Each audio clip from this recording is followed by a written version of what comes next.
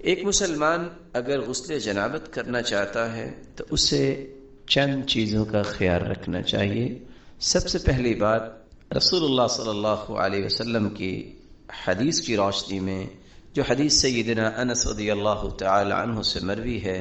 اور جامع الترمذی میں حدیث کا نمبر ہے 5 اور 6، اور سنن ابن ماجہ میں 296 نمبر روایت ہے، كان النبي صلى الله عليه وسلم إذا دخل الخلاء قال اللهم إني أعوذ بك من الخبث والخبائث۔ آج کل کے سسٹمز کو سامنے رکھتے ہوئے واش روم میں جانا، باتھ روم میں جانے کے لیے انسان کو یہ دعا پڑھ کے ہی داخل ہونا چاہیے، تاکہ کسی قسم کی شیطانی وسوسوں اور شیطانی شرور سے اللہ تعالیٰ اس کی حفاظت فرمائے۔ رسول اللہ صلی اللہ علیہ وسلم نے جہاں اس دعا کی رہنمائی دی ہے، دوسرا کام یہ بتایا ہے کہ غسل کرنے سے پہلے اپنے دونوں ہاتھوں کو اچھی طرح دھویا جائے۔ سیدہ عائشہ رضی اللہ تعالی عنہا صحیح بخاری کی 248 نمبر روایت ہے، بیان کرتی ہیں ان النبی صلی اللہ علیہ وسلم كان اذا اغتسل من الجنابة بدأ فغسل يديه۔ آپ صلی اللہ علیہ وسلم جب غسل جنابت کرنا چاہتے تو سب سے پہلے اپنے دونوں مبارک ہاتھوں کو دھویا کرتے تھے۔ اور دوسری روایت کے الفاظ ہیں، یہ روایت صحیح مسلم میں بھی موجود ہے 718 نمبر پہ، اور سنن ابی داود میں بھی 243 نمبر پہ موجود ہے۔ سیدہ میمونہ رضی اللہ تعالی عنہا جو آپ کی زوجہ مطہرہ ہیں، وہ بیان کرتی ہیں، جو صحیح بخاری کی 275 نمبر روایت ہے، کہ آپ جب دونوں ہاتھوں کو دھوتے تو اس وقت آپ کا انداز یہ ہوتا، ثم صب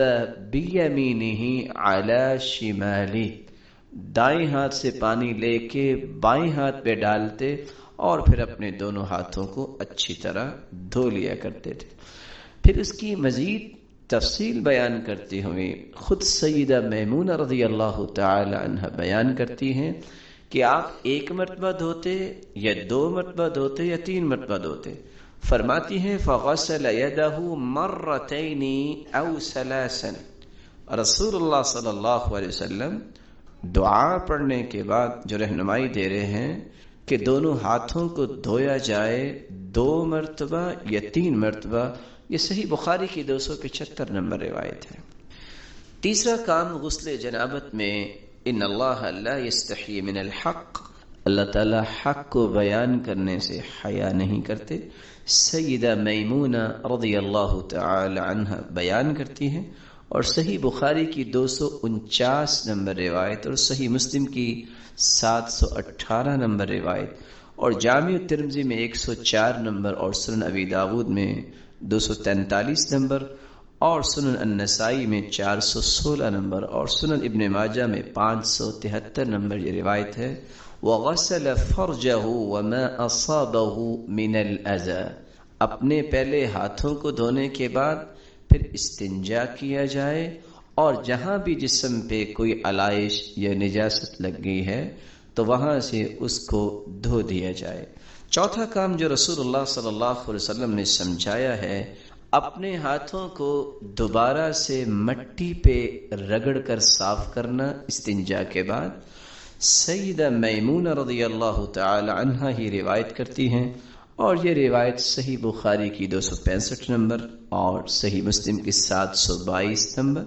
اور جامع ترمذی میں 573 نمبر اور سنن ابی داود میں 245 نمبر اور سنن النسائی میں 417 نمبر پہ ہے کہ ثم دلک یدہ فی الارض، آپ نے پھر اپنے ہاتھوں کو زمین پہ اچھی طرح رگڑا، اور دوسری روایت میں الفاظ یہ ہے ثم دلک یدہ بالارض او بالحائط، آپ نے پھر اپنے بائیں ہاتھ کو یا تو زمین پہ رگڑا،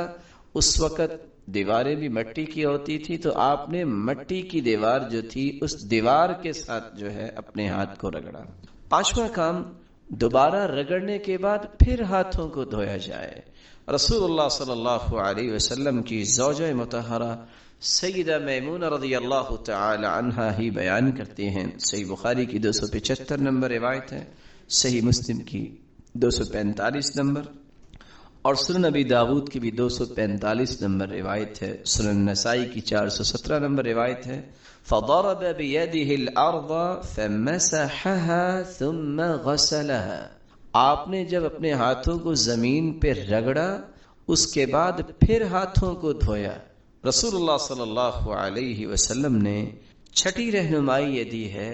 کہ دوبارہ دونوں ہاتھوں کو دھونے کے بعد مناسب پانی استعمال کیا جائے اور غسل کرنے میں بھی پانی کا اسراف نہ کیا جائے۔ سیدنا انس رضی اللہ تعالی عنہ روایت کرنے والے ہیں اور یہ روایت صحیح بخاری کی 251 نمبر روایت ہے۔ رسول اللہ صلی اللہ علیہ وسلم کے صحابی کی یہ روایت 737 نمبر پہ صحیح مسلم میں بھی موجود ہے اور روایت کے لفظ یہ ہیں، کان النبی صلی اللہ علیہ وسلم یتوضأ بالمد، آپ ایک مد کے ساتھ وضو کیا کرتے، وَيَغْتَسِلُ بِالصَّاعِ، اور ایک صاع کے ساتھ آپ غسل کیا کرتے، إِلَى 5 أَمْدَاد، 5 مدوں تک۔ یہ وہ پیمانے ہیں جو عہد نبوی میں استعمال کیے جاتے تھے۔ ان پیمانوں کا وزن کیا ہے؟ آپ غسل اور وضو کرتے تو کتنے پانی کا؟ 1 مد 9 چھٹانگ پر مشتمل ہوتا ہے۔ اتنا پانی اگر ہوتا تو رسول اللہ صلی اللہ علیہ وسلم وضو فرما لیا کرتے اور غسل کے لیے 1 صاع استعمال کرتے۔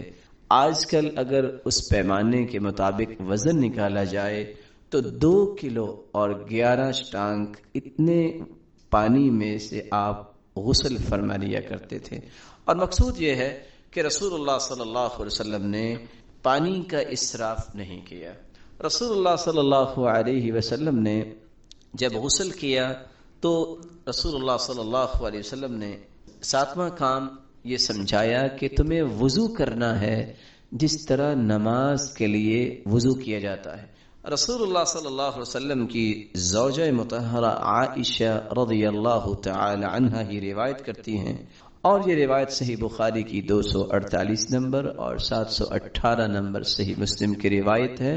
اور جامع الترمذی میں 104 نمبر اور سنن ابی داود میں 241 نمبر اور سنن النسائی میں 418 نمبر پہ یہ روایت موجود ہے۔ ثم يتوضأ كما يتوضأ للصلاة،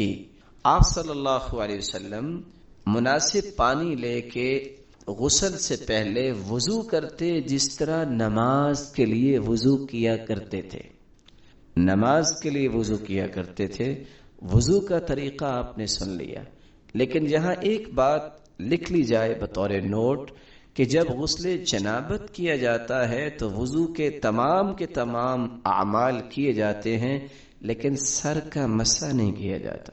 رسول اللہ صلی اللہ علیہ وسلم کی زوجہ مطہرہ سیدہ میمونہ روایت کرتی ہیں، توضأ رسول اللہ صلی اللہ علیہ وسلم وضوءہ للصلاة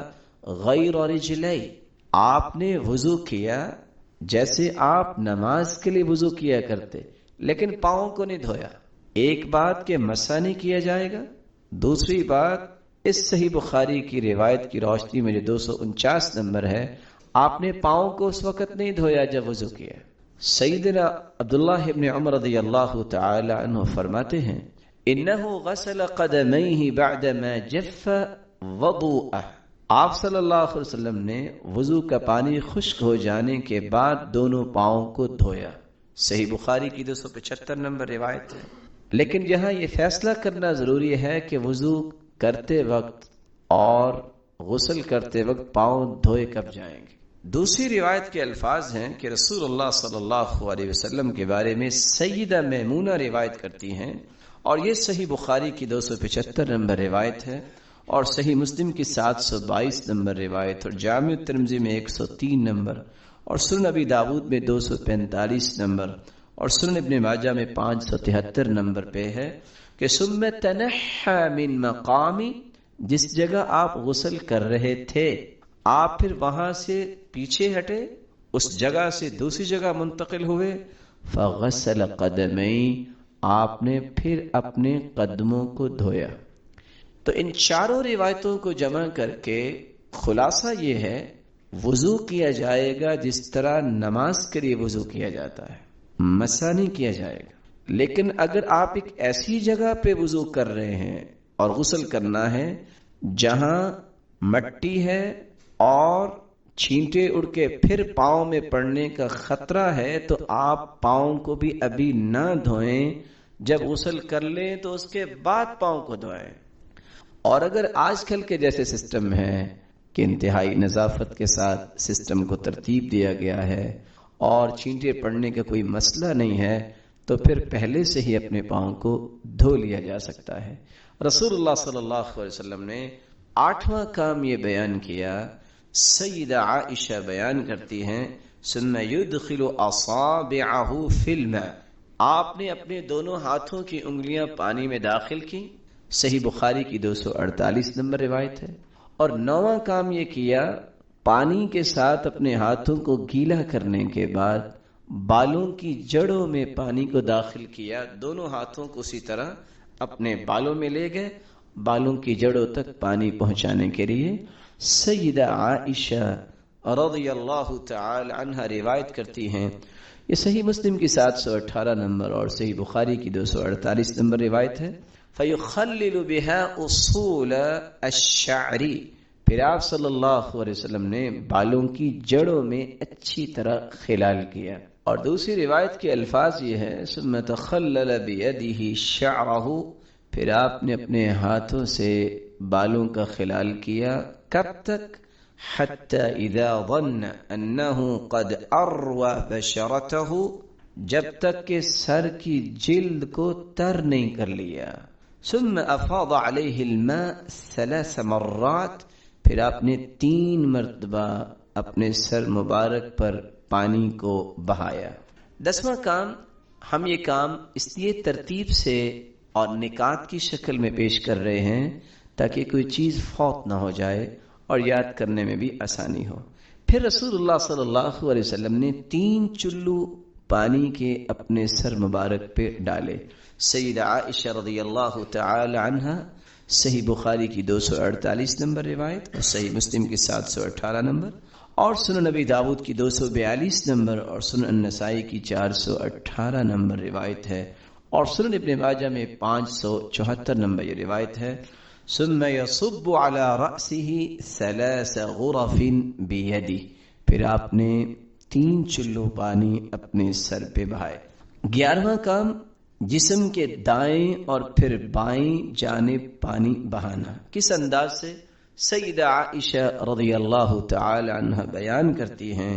کہ آپ نے جب 3 چلو اپنے سر مبارک پہ پانی بہایا، پھر ثم تأخذ بيدها على شقها الأيمن وبيدها الأخرى على شقها الأيسر،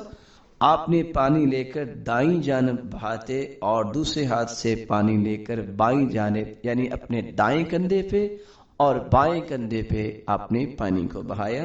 یہ صحیح بخاری کی 277 نمبر روایت ہے اور صحیح مسلم کی 729 نمبر روایت ہے، اور سنن ابن ماجہ میں بھی 243 نمبر پہ یہ روایت موجود ہے۔ رسول اللہ صلی اللہ علیہ وسلم نے 12واں کام جو کیا، آپ نے اپنے کندھے کے دائیں جانب دائیں کندھے اور بائیں کندھے پہ پانی بہانے کے بعد مکمل جسم پر پانی بہایا۔ سیدہ عائشہ رضی اللہ تعالی عنہ بیان کرتی ہیں، ثم يفيض الماء على جلده كله، صحیح بخاری کی 256 نمبر روایت اور صحیح مسلم کی 722 نمبر روایت، جامع ترمذی کی 103 اور سنن ابی داود کی 246 نمبر اور سنن النسائی کی 243 نمبر روایت ہے کہ آپ صلی اللہ علیہ وسلم نے اس کے بعد پھر پورے جسم پر پانی بہایا۔ 13واں کام جو رسول اللہ صلی اللہ علیہ وسلم نے کیا، جس کی کچھ وضاحت ہم کر چکے ہیں، پھر آپ نے اپنے پاؤں کو دھویا، اور پاؤں کو دھونے کے متعلق چاروں روایتوں کو اکٹھا بیان کر کے خلاصہ پیش کیا جا چکا ہے کہ اگر ایسی جگہ پہ آپ کھڑے ہیں کہ آپ کے پاؤں پہ چھینٹے پڑنے کا اور مٹی ہے، اس طرح کی کیفیت ہے تو پھر پاؤں کو آخر میں دھویا جائے، اور اگر ایسی کیفیت نہیں تو پھر جب وضو آپ کر رہے ہیں تو اس وقت بھی آپ پاؤں کو دھو سکتے ہیں۔ 14واں کام یہ کیا رسول اللہ صلی اللہ علیہ وسلم نے، غسل کرنے کے بعد خوشبو استعمال کی۔ سیدہ عائشہ رضی اللہ تعالی عنہ روایت کرتی ہیں، اور صحیح بخاری کی 258 نمبر روایت ہے، اور صحیح مسلم کی 725 نمبر روایت ہے، كان النبی صلی اللہ علیہ وسلم اذا اغتسل من الجنابہ، آپ جب جنابت کا غسل کیا کرتے، دعا بشیء نحو الحلاب، تو آپ خوشبو منگواتے اور اس کو استعمال کیا کرتے تھے۔ رسول اللہ صلی اللہ علیہ وسلم نے 15واں کام یہ کیا، اپنے جسم کو ٹاول کے ساتھ نہیں بلکہ اپنے ہاتھوں کے ساتھ صاف کیا۔ رسول اللہ صلی اللہ علیہ وسلم کی زوجہ مطہرہ سیدہ میمونہ رضی اللہ تعالی عنہ روایت کرتی ہیں، صحیح بخاری کی 275 نمبر روایت ہے، فناولته ثوبا، میں نے آپ صلی اللہ علیہ وسلم کو ایک کپڑا دیا، فلم یأخذہ، آپ نے لیا ہی نہیں، فانطلق، آپ وہاں سے چلے، وہو ینفض بیدیہ، اور اپنے جسم مبارک سے اپنے ہاتھ سے پانی کو جھاڑ رہے تھے۔ اور دوسری روایت بھی سیدہ میمونہ رضی اللہ تعالی عنہ کی ہے، اور یہ روایت صحیح بخاری کی 259 نمبر اور صحیح مسلم کی 724 نمبر اور سنن ابی داود کی 245 نمبر ہے، جس میں روایت کے الفاظ یہ ہیں، ثم اتی بمندیل فلم ينفض بها، آپ صلی اللہ علیہ وسلم کو ٹاول دیا گیا لیکن آپ نے اس کو لینے سے انکار کر دیا۔ فلم ينفض بها، آپ نے لیا اور لے کے رکھ دیا اور اس کے ساتھ اپنے جسم مبارک کو خشک نہیں کیا۔ اور تیسری روایت کے الفاظ یہ ہیں، فأتيته بخرقہ فلم يردها، صحیح بخاری کی 2741 نمبر روایت ہے، رسول اللہ صلی اللہ علیہ وسلم کو ان کی زوجہ مطہرہ نے تولیہ پیش کیا تو آپ نے اس کو لینے کا ارادہ ہی نہیں کیا۔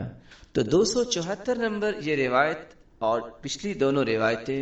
اس بات کی وضاحت کرتی ہیں کہ غسل جنابت کے بعد بہتر یہ ہے کہ اپنے جسم کو ٹاول سے صاف نہ کیا جائے بلکہ اپنے ہاتھوں سے پانی کو دور کیا جائے۔ اور اس کا سبب کیا ہے؟ عام غسل جب انسان کرتا ہے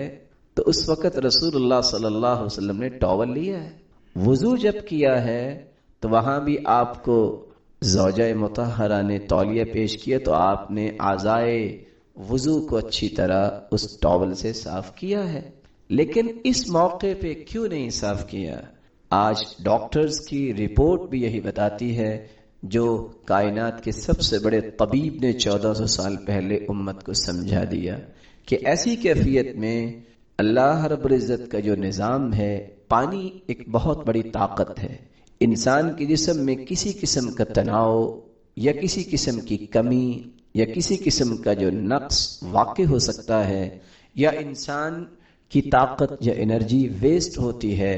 پانی جب تک جسم پہ رہے گا فوری طور پہ اس کمی کو پورا کرنا، یہ اللہ تعالیٰ نے پانی میں طاقت رکھی ہے۔ اس لیے غسل جنابت کے بعد آپ نے تولیہ استعمال نہیں کیا، عام غسل میں اور وضو میں آپ صلی اللہ علیہ وسلم نے ٹاول کو استعمال کیا۔ 16واں کام، غسل سے فارغ ہو کر یہ دعا پڑھنی چاہیے جو رسول اللہ صلی اللہ علیہ وسلم پڑھا کرتے تھے۔ چونکہ آپ نے وضو بھی کیا اور پھر اس کے بعد غسل کیا، سیدہ عائشہ کی روایت آپ سن چکے ہیں، کان اذا خرج من الخلاء، جب آپ واش روم سے نکلتے تو آپ کہا کرتے تھے غفرانک، اور آپ یہ دعا پڑھیں، اشہد ان لا الہ الا اللہ واشہد ان محمدا عبدہ ورسولہ، اللہم اجعلنی من التوابین واجعلنی من المتطہرین۔ رسول اللہ صلی اللہ علیہ وسلم کا طریقہ مبارک یہ تھا کہ آپ جب غسل کرتے اور اس سے پہلے وضو کرتے تو پھر غسل کے بعد وضو نہ کرتے، اسی غسل کے ساتھ جس سے پہلے وضو کیا ہے پھر غسل کیا، اسی وضو کے ساتھ آپ نماز پڑھا کرتے تھے۔ ہاں، اگر لباس پہنتے وقت آپ کا ہاتھ کہیں جا لگا ہے تو ایسی کیفیت میں وضو چونکہ ٹوٹ جاتا ہے، پھر آپ کو دوبارہ وضو کر کے ہی نماز پڑھنی چاہیے۔ رسول اللہ صلی اللہ علیہ وسلم کے فرامین میں سے ایک فرمان جو تعلق رکھتا ہے اس وقت مرد اور عورت کے ساتھ، اگر مرد غسل کرتا ہے تو اس کو اپنے سر پہ پانی ڈالنا ہے، کیا عورت اگر غسل کرتی ہے تو اس کو اپنے سر کے سارے بالوں کو کھولنا چاہیے کہ نہیں کھولنا چاہیے؟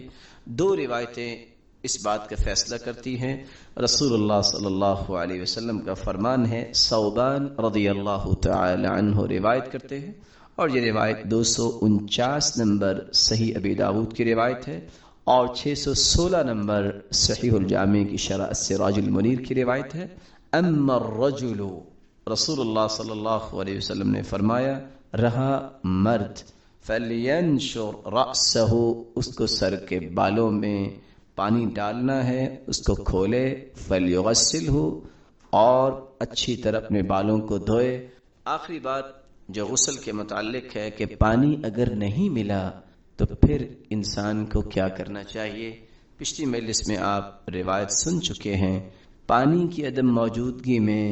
جب وضو نہ انسان کر سکے تو تیمم کرتا ہے، اسی طرح غسل کرنا چاہتا ہے، پانی نہیں ملا تو غسل کی جگہ بھی وہ تیمم کر کے نماز پڑھ سکتا ہے۔ رسول اللہ صلی اللہ علیہ وسلم کے صحابی عمران بن حسین الخزاعی بیان کرتے ہیں، اور یہ روایت 348 نمبر پہ ہے صحیح بخاری میں، ان رسول اللہ صلی اللہ علیہ وسلم رأى رجلا معتزلا، آپ صلی اللہ علیہ وسلم نے ایک آدمی کو دیکھا کہ وہ صحابہ سے الگ ہو کے بیٹھا ہے اور اس نے نماز نہیں پڑھی۔ فقال یا فلان ما منعك ان تصلي في القوم، آپ نے صحابہ کے ساتھ نماز کیوں نہیں پڑھی؟ فقال یا رسول اللہ اصابتنی جنابہ، سرتاج رسول میں جنبی ہو گیا تھا، ولا ماء، پانی نہیں ملا۔ قال عليك بالصعيد فانه يكفيك، اگر پانی نہیں ملا تھا تو تم مٹی سے تیمم کر لیتے اور تجھے کافی ہو جاتا، نماز کو لیٹ کرنے کا کیا معنی، اور تیمم کرو اور نماز پڑھ لو۔ تو رسول اللہ صلی اللہ علیہ وسلم کے اس فرمان سے پتہ چلتا ہے